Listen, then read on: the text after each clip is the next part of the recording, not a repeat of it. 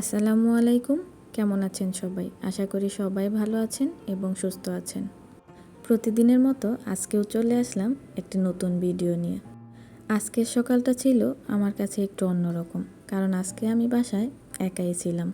ভেবেই পাচ্ছিলাম না একা একা বাসায় কি করব। তাই ভাবলাম বাসায় কিছু টুকিটাকি কাজ করা যাক। সকালবেলা ঘুম থেকে উঠে ফ্রেশ হয়ে নাস্তা করে চলে আসি রুমে। কয়েকদিন যাবৎ গুড়ি গুড়ি বৃষ্টির কারণে বেডশিটটা চেঞ্জ করতে পারিনি।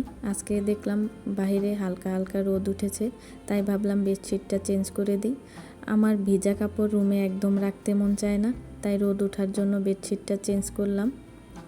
ঘর গোছাতে আমার সব সময় ভালো লাগে। গোছানো জিনিস দেখতেও যেমন ভালো লাগে, গোছাতেও তেমন ভালো লাগে। আমরা মেয়েরা একবার কাজ হাতে নিলে, কাজ করা শুরু করলে বুঝতেই পারি না সময় কোন দিক দিয়ে পার হয়ে যায়।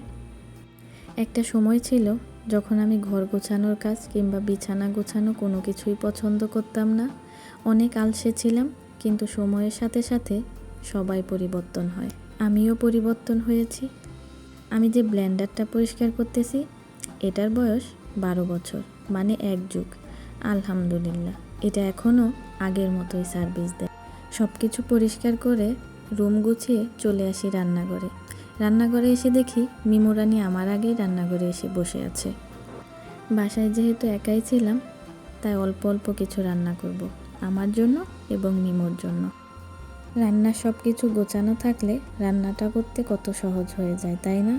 আমি অফ ক্যামেরাতেই সব কিছু কেটে ধুয়ে পরিষ্কার করে রেখেছি। রান্না জিনিসটা অনেকেই পছন্দ করেন না, রান্না করতে চান না, কিন্তু আমি সব সময় রান্না করতে পছন্দ করি। নতুন নতুন রান্না শিখতে পছন্দ করি। আজকে আমি রান্না করব দেশি লতি দিয়ে ইলিশ মাছ, বেগুন ভাজি, লট্টে শুটকির ভর্তা। আর রান্নার সময় যে গুঁড়া মশলাগুলো আমরা ব্যবহার করি, সেই মশলাটা আমি রান্নার 5 মিনিট কিংবা 10 মিনিট আগে পানি দিয়ে একটা পেস্ট বানিয়ে রাখি। এতে মনে হয় রান্নাটা আরও বেশি মজার হয়। যেহেতু একা মানুষ, তাই সব কিছু আমাকে একাই করতে হবে।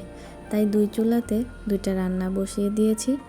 এক চুলাতে আমি ইলিশ মাছ রান্না করতেছি, আরেক চুলাতে লট্টা শুটকি, পেঁয়াজ, কাঁচামরিচ এবং রসুনগুলো একটু ভেজে নিতেছি।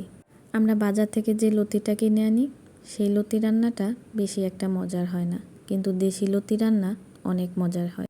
দেশি জিনিসের স্বাদই থাকে অন্যরকম, মুখে লেগে থাকার মতো। আপনাদের সাথে কথা বলতে বলতে এদিকে আমার রান্না শেষ। ভিডিওটি ভালো লেগে থাকলে লাইক দিয়ে সব সময়ের জন্য আমার পাশে থাকবেন। আজকের মতো এই পর্যন্ত। আল্লাহ হাফেজ।